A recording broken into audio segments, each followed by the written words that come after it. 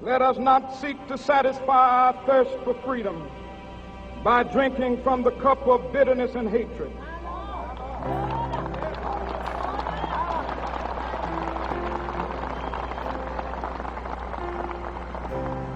We must forever conduct our struggle on the high plane of dignity and discipline. We must not allow our creative protests to degenerate into physical violence. Again and again, we must rise to the majestic heights of meeting physical force with soul force.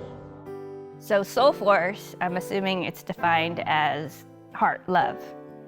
And I think MLK would say that the only way to defeat this, the prejudice and everything, would be love, not hate. How do you meet physical force with love? It's remembering that no matter how screwed up or hateful somebody else is coming at you, that you've done something yourself somewhere along the way that's been as disgusting and horrible an affront to God. And yet He's loved us so much that He's forgiven us, and we need to find ways to forgive them. I think it's hard, to be honest, because we're supposed to pray for our enemies. We're supposed to keep them close and everything. People who we know are doing wrong, and for me, as someone did me wrong, someone really hates me, someone's even racist to me, I know the right thing for me to do is pray for them so they can open their eyes and see a different view of that's not the case, but I can't force them to do that. You're going to be persecuted. You're going to have struggles. You could be beaten, but still, for us to get where we need to get to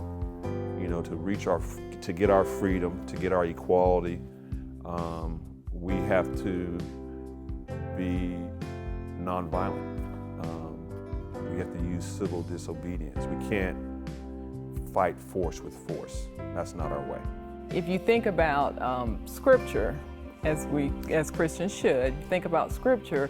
Scripture tells us, of course, everybody knows Matthew, about turning the other cheek. Luke tells us that we should love our enemies. But when you think about it, it's hard to do that. Even as a Christian, we know this, and it's still very hard to not strike back. And I think about the LA riots when I was in Los Angeles, and they were targeting people of color. So white folks targeting black folks targeting white folks, and it was ugly. There was no love there. There was just hate. That physical force made it worse. What Dr. King was saying was advocating nonviolence. You think it might be something passive, but it is not. It's much easier to strike than not to strike. It takes a lot of strength, courage, faith to be able to not fight back when in the face of evil. I mean, with soul force, with love, there's a building up, and it's slow, but it comes from a willingness to be uncomfortable and to get out of my comfort zone or your comfort zone and sacrifice that culture in order to come into someone else's culture to love them how they needed to be loved.